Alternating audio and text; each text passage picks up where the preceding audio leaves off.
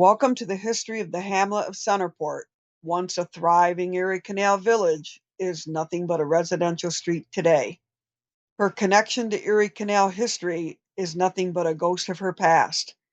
That's why these programs are so vitally important, because it gives you the opportunity to bring back to life the stories of so many families preserving their legacies for years to come. The village was less than a half-mile in length and some 25 homes in total. So the best place to start is, when was Centerport founded? According to Stork's History of Cayuga County, Centerport was founded about 1805, 1806 by a man named Benjamin Hakes. Interestingly enough, I also found that there used to be a historic roadside marker in the town of Brutus. For you'll notice that it mirrors exactly what was in Stork's History of Cayuga County. So I wanted to see if I could duplicate that, and here's what I found. There's a genealogy on the Hake family that says there's a George Hakes born at Hebron, Washington County. But the genealogy goes on to say that they didn't move to Cayuga County until about 1815, at which time George brought with him his son Benjamin. The first census that I found was 1820. That's not to say that they couldn't be here in 1810. If they were not a head of household, they would not have appeared. So far, the earliest one that I found was dated in 1822, when George bought 100 acres in Lot 63 from Thaddeus Wood. George didn't keep this land very long, because the same month he bought it, he sold half of it to Ira Hopkins. Then the next month, he sells the other half to Henry Hopkins. And it's Henry's deed that mentions that it borders a village lot, and the lot is owned by Isaac Bogart. So there's more work to be done. The earliest land deed so far that mentions a village lot was in 1824, but it doesn't give you the name of the village. So what was our name? Some of the earliest maps mention it as Centerville. That reference was because it was located equal distance between Port Byron and Weedsport. Others listed as Centerport, but you'll notice the variation of spelling. Well, is there any significance to that? When center is spelled Centre, that is the British Standard English.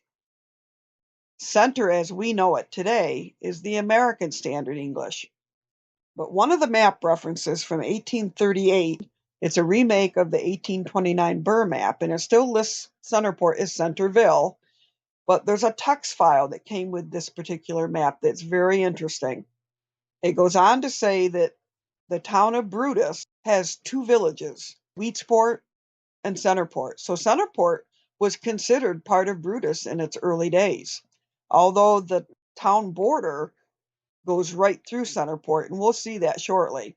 While land deeds for this same time period record the name Centerport, the school district continues to use the name Centerville. In 1829, the district went under massive reconstruction and shifting, and for the first time, we see an entry that is clearly the school at Centerport. Modern ImageMate maps also provide a location for the school. In addition, it gives us the lot size. The school was located on the former pigeon lot. There is a deed in 1838 from Deacon Ariel Jacobs where he sells land for School District 16, which is the Centerport School. However, it does say school erected, but I can't tell if the school already existed or was about to be erected because the page is damaged. The Centerport School operated through the 1930s. It was dropped from the tax assessment rolls after 1937, at which time the students were transferred to the new Central School in the village of Port Byron. After the school closed, the Pigeon family converted the old schoolhouse into a garage. The school would take elementary students there for field trips so that they could see the original chalkboard that once stood on its walls. Sadly, the garage no longer stands today. That school is now gone. Land assessment maps can be a fantastic way of learning the names of people who live on any given street.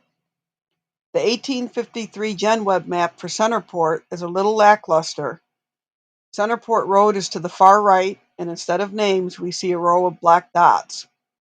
South of the canal, we do start to see names. The first one being C.D. Tryon's store. I found this entry surprising because other maps show that the Tryon's grocery store was across the street on the opposite side of the canal bank. Below him, we have a lot owned by Miss Van Pelt. To have a woman owning land in the 1850s is quite remarkable. From land deeds, we learned that her name was Mary Ann. This is a list of all of the people who owned the lot where she lived prior to her purchase. Mary Ann purchased her Centerport lot in 1835 by Henry Oliphant. The reason we don't find much about her locally is because she moved away. Deed in 1861 says that Mary Ann Van Pelt, a resident of Brooklyn, sells her land in the village of Centerport to Charles Clow. Her lot bordered a lot owned by Samuel Cumston. Cumston name appears in another land deed. In 1823, James Dixon Jr. is selling another lot to Ira Hopkins on lot 74. This parcel is described as beginning at the center of the highway to where it crosses the canal leading from James Dixon to George Hakes, running east along the bank of the canal until it strikes the feeder or Cumston's Basin. So now we know the basin in Centerport was named Cumston's Basin. Many parcels on Lot 74 will be traced back to James Dixon Jr., and the reason for that is because he purchased 100 acres from James Wilson of Hebron, Washington County, New York in 1806. James lived on the farm that we know today as being the Harrington Farm on the corners of Centerport and Nauvoo. Cumstons were anxious to divest themselves of their real estate holdings in 1827. Here we have an ad from Samuel Cumston listing many parcels that he owned in central New York. One of them was a flour mill in Mentz. This is likely the mill in lot 85. He also shows a store and storehouse at Centerport. The same month, there's another announcement that Oliphant and Cumston are going to dissolve their business relationship. The Auburn store will be continued by John Oliphant Jr., and the Centerport store will be continued by Egbert Cumston. I believe this is Samuel's son. The 1830s were not well to the Cumstons at all. All of their personal property are now up for public auction. In the inventory are farming equipment, livestock, as well as a canal boat with its furniture. I have no doubt that the canal boat is associated to the Centerport business. If we move on to the 1859 map, we now have a comprehensive list showing the names of everyone in the village of Centerport. If we start south of the canal on the bottom right, that's where the village of Centerport started on the southern end. This would be the present day Snook Farm. This was owned by Norman Smith at that time. Above him, we have the Clow Cradle Manufacturing Company and shops owned by him. Then we have Hamilton Road, and between Hamilton Road and the canal is a storehouse owned by William Hardenberg. On the opposite canal bank, just as I said, the grocery store of Casper Tryon is there. If we go across the street, we see Selford Woolley. He was a laborer from Germany. And next to him on the corner is the Yates blacksmith shop. And then on the other canal bank, we have Casper Tryon's son, Aaron. In 1864, Aaron Tryon wanted to sell the canal grocery store, hoping to exchange it for a house and lot in Syracuse or to arrange a direct sale. From this advertisement, we learn far more than what's in the land deeds. In the ad, he reports that this is a canal grocery stand with storehouse, a meat market, an ice house, dayboat barn, together with 1.5 acres of land and a dwelling, all attached to said premises. Starting north of the canal, we have Casper Tryon's grocery store. We just learned that it included a meat market. His neighbor was a tenant house owned by Dr. John Rice. Next to him, we have the residence of Casper Tryon, and his son owned a tenant house next to him. And then we have the private residence of Dr. John Rice. If we go across the street, Harvey Beach owned a lot on Centerport. He was a distiller from Weedsport, but he was a non-resident. I do not know who he leased his home out to. Next to him, we have Ben Dibble. He was a painter. His neighbor was William Jacob. He was a carpenter. Then we had the Clow brothers. And next to him, we had a tenant house owned by William Hardenberg. And now we're back to Salford Woolley and the Yates blacksmith shop at the corner of the canal. The farthest north end of the village is Centerport. If we start at the lower right, we have Elizabeth Horton. She was the widow of James. James owned a shoe shop, and their son Cyranus Horton would also become a cobbler. He would move his shoe shop in the future to the village of Port Byron. Their neighbors included the tenant house owned by William Harris, and then his private residence, and he was a carpenter. He came from Vermont. Their neighbor was John Sullivan. He was a laborer from Ireland. And then across Route 31, we have the Kelly Blacksmith Shop. And then to the left, we have Jacob Yates. He was also a blacksmith, and he owned a tenant house, and he owned the carriage manufacturing company. If we come back across Route 31 down Centerport, we have Dr. Theodore Paddock. His son, Egbert, was a mechanic. He reported he worked in the grain cradle and hay rake company. So that would tell me he worked for the Clow Manufacturing Company down the street. His neighbor was a boatman by the name of John Radford. So we have another name we can add to Centerport Canal history. His neighbor was Solomon Giles. He was an attorney. And next to him was Nick Davis. He was a carpenter. And we round out Centerport tenants, including Joseph Elmore, who was a farmer. The 1875 map, not a lot has changed in the southern part of Centerport. Norman Smith still owns the farm in the bottom right. The Clow Cradle Company is still going strong above him. Across the street, there is a change. We have a Teresa Hupfield. She is the widow of Salford Woolley, who lived across the canal bank in the previous map, and she's now the second wife of Charles Hupfield. Next to her is the McNary home with a big barn. That's where Aaron Tryon used to live. There is a will for Teresa Hupfield.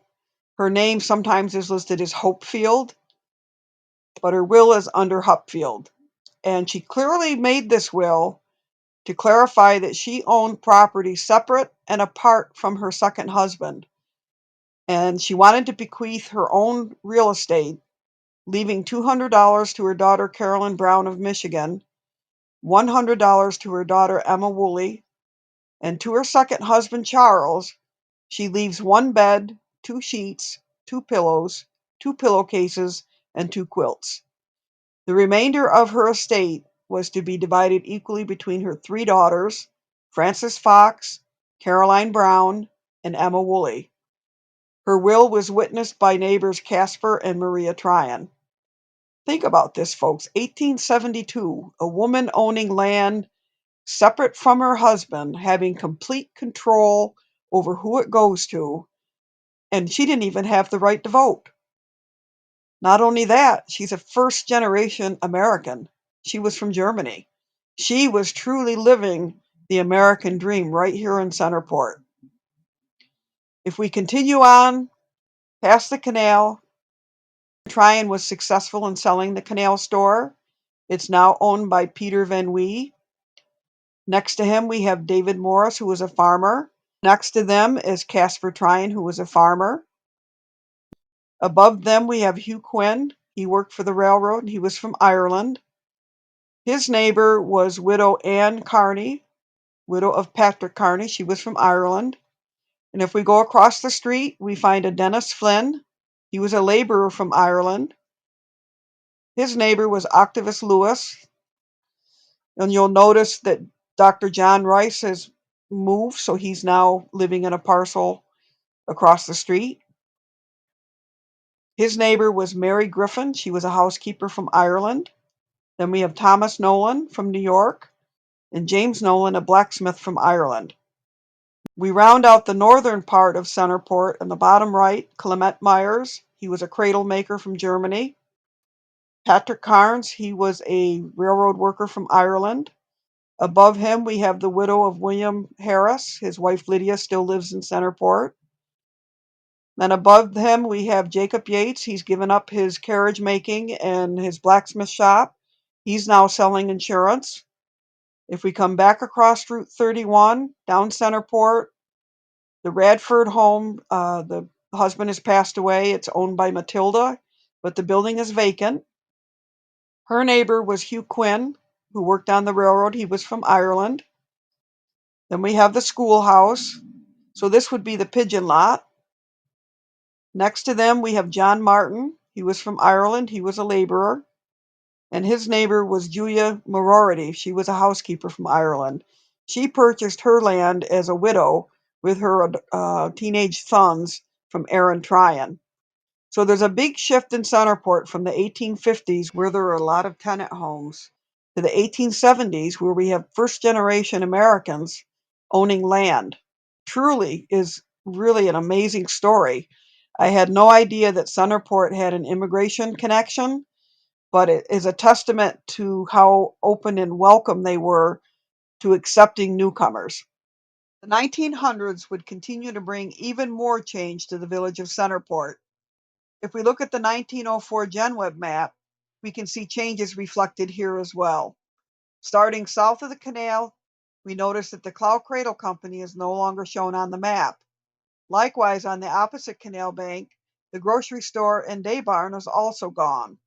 So we're beginning to see a shift with fewer businesses, and the street is becoming more residential. One of the newcomers to Centerport is the Vroman family. Joseph Castleman purchased a lot here in 1892, at which time it bordered a parcel owned by Lucinda Vroman. Lucinda was his sister, and she was the wife of Ebenezer Vroman. A year later, Joseph Castleman sold his lot to his nephew, Charles Vroman. Ebenezer and his sons were all canalers, and the family connection to the canal didn't end there. If we go across the street, we find David Stiles. His wife was Emma Vroman. She was also a daughter of Ebenezer and Lucinda. I like to describe the Vroman family of this time period as the rock stars of Centerport because their comings and going appeared in the social columns of the day on a regular basis. In 1907, we find an article that Charles Vroman had been arrested for driving 3 gelded mules, which meant that the mules had skin injuries, often associated with saddling or other type of friction. But it wasn't his arrest record that caught my eye. It was the very last sentence that says he is employed by a Tonawanda man. We learned last year from Pearl that her father, William Kilmer, also was a boat captain hired by a man from Tonawanda.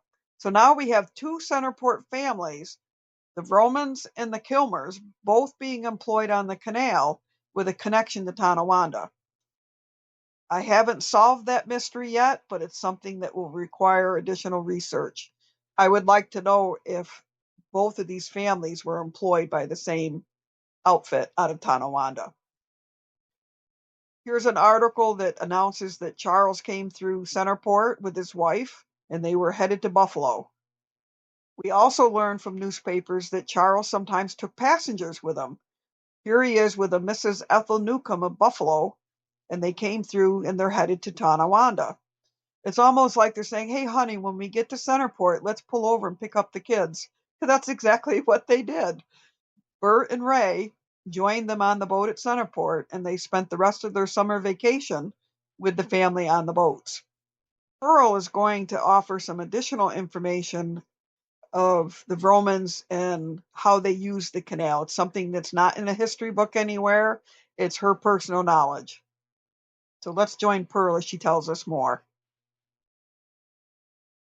Along where your mother and father's trailer is what they call square docking. On this side is flat docking, and a boat can't tie up on this side. But on that side, the square docking, it went right down like that. There's where the Romans tied their new boats in the winter, and they tied them over there. And that was their parking place in the winter. One of the wall sections that Pearl's describing is today collapsed.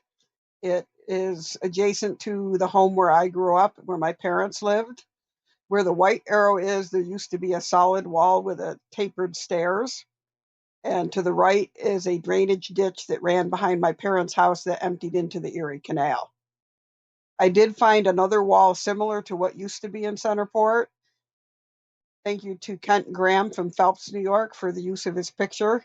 David Stiles also stored his boats, but he stored his on the heel path to the canal at Centerport. Sadly, in 1908, there was a drowning where a young James Fiedler of Hamilton County had an accident and perished at Centerport in the canal. He was displaced from his family and came to Centerport, did odd jobs for farmers in the area, and David Stiles gave him refuge by allowing him to stay in the quarters of the cabin on one of his boats. They found his hat in the canal. He didn't report for work, so they went looking for him. And William Kilmer and David Stiles used a pike pole and found his remains between the boat and the canal wall. Centerport did have some uninvited guests. This 1906 article describes a band of gypsies coming in and pitching up tents along the canal bank in an area that the locals called Burdock Park. Centerport did have a lot of undesirable vegetation, lots of burdocks, wild thistle plants, and we even had buckthorn bushes. In 1909, they described an even larger band of gypsies coming, this time all the way from New Jersey, about 40 in number, arriving with valuable horses and wagons. And once again, they chose to pitch their tents at Burdock Park. If you search newspapers of this time period, you will find reports of similar events throughout New York State. Syracuse reported that Central New York had 3 hot spots at the time. One was Elbridge, the other was Iona, and the last being the village of Centerport. The residents in Centerport got along quite well with our visitors, but trouble always seemed to happen when they left. In 1913, here's an article about the gypsies leaving Centerport only to stop in the village of Weedsport, where they came across a construction crew working on a private residence, and among the workers was a gentleman by the name of Egbert Treat. The women got off their wagons, approached Mr. Treat, and asked him if he would be kind enough to light their cigarettes. Well, of course, he said sure, only afterwards to discover he had been pickpocketed. I swear you can't make this stuff up. Well, the stories usually end with a local sheriff or constable chasing the gypsies out of town. Around the same time, Conquest had visitors from gypsies as well. Their experience was a little different. They bartered with the locals. Here's a report of the gypsies reading someone's fortune in exchange for a can of tomatoes and some homemade soap. As everyone knows, nothing stays the same in history. Centerport was yet again to have another shift, this time in transportation. The Erie Canal officially closed in 1919. But a decade before that, a new form of transportation was coming through, which was the trolley. The Rochester, Syracuse, and Eastern Electric Railroad, better known as the trolley, came to Port Byron in 1908.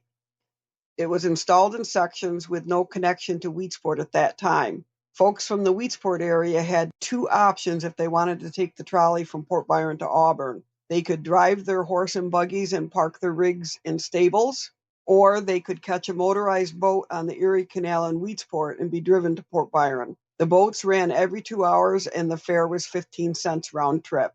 When the trolley company extended the line from Port Byron to Weedsport, David Stiles owned the lot that would connect the trolley at Centerport Road. It described the parcel being located in the village of Centerport. Let's join Pearl as she describes her firsthand account of what the Centerport flag stop was like. It wasn't a station. It was just a little, well, it wasn't that big as my toilet, but it was lit and it was kept heated. And it was big enough for about, 6 or 7 people. And they waited in it right over there for the trolley. Trolley went through. Trolley stopped here. And it went from here, let me see, went to Fort Byron, went on the end there, and it went from here to Syracuse. The trolley track did, yeah. When they put in the state road through here, then on the trolley went, it began to be more modernized,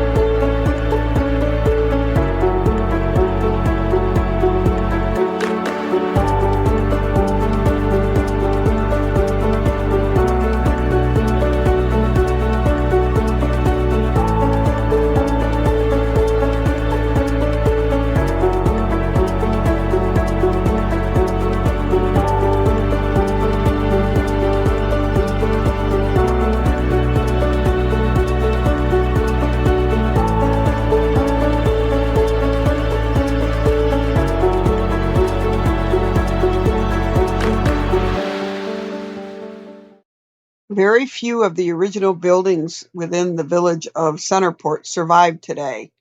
I'd like to review those that are still standing.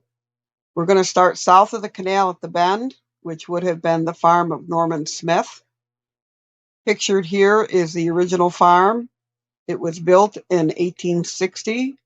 Norman didn't pass away until the 1890s, so obviously this home was built during his lifetime. His wife sold the building after he passed away, and this picture was taken about 1910, and you'll notice there's a young couple under the tree with a horse. That is the subsequent owners, Charles and Grace Summers. To the right is a present-day picture of the same building. You'll notice vast improvements to the home with a wraparound porch. The Snook family have been wonderful stewards in maintaining this lovely farm. Out of all of the surviving structures within the old village of Centerport, the Snook farm is by far the most substantial. The next home is that of Raymond and Frances Vroman. Frances, we used to call her Frank, and she was a sister to Oliver Wilson and Jean Wilson, who also lived on Centerport down the street from her. This building today is owned by Thomas Dahl, and it was built in 1840. Across the street is the home of Earl and Charmaine Lubner. This home was built in 1900. To this day, I'm amazed he had not driven his car into the Erie Canal. He would pass our home literally hanging out the car door, yelling at my younger sister, "Hey, Smiley," just to get a reaction out of her. He was a lot of fun to have in the neighborhood, and I'm sure that the dynamics of Centerport would have been very different had he not lived in Centerport. He was a very, very close friend with my mother. The next home down the drive next to that house is the home of Jimmy and Jeanette Wilson. Today it's owned by Greg and Janine Wilson. It was built in 1850. Across the street from them is the former Ralph and Betty Dixon home. Greg and Janine own this home today as well. This home was built in 1849. Then down the street toward 31 is the Pigeon home. This was the property that had the one-room schoolhouse on it. It is to the left of the building. It's no longer standing today. It's just a cement slab. This home was later owned by the Bass family, and today it's owned by Gary Dimmick. The home used to have a beautiful front porch on it. It's no longer standing, but the home is still there. It was built in 1870. We're going to join Pearl as she talks about what it was like living in Centerport in her lifetime and some of her neighbors. Doctor from here, Philip Humphrey. And he was a doctor, and up here to the O'Hara's farm, there was David Monroe was a doctor. And on up the road to First Farm, the other place, there was Jimmy Flynn that was a doctor too. And then there was 2 or 3 girls here that were nuns. And this used to be the people, 2/3 of them were Catholic. Of course, the Romans weren't. They went to the Baptist church down to Weedsport. Most all of them around here were Catholic. Centerport used to be awful close. The Balls up here and the Monroes and the Flynns and all of that used to be awful close. Oh, there's a lot of history in Centerport. And they're good memories. Pearl says it best when she describes Centerport as being a very close community. She was the keeper of many family stories, and she passed that legacy down to us in an interview that took place in the late 1980s, which was captured on cassette tape. That tape sat idle for 37 years. Thanks to modern technology, much of the content of that interview has been extracted and preserved. That, combined with many hours of long research, preserves the history of the hamlet of Centerport for many generations to come. While there's more work to be done, land deeds often provide an additional name that has not been seen before, and with every new name are new stories. I hope you have enjoyed learning more about the history of the hamlet of Centerport, an old Erie Canal village that is today a residential street. Thank you so much for coming.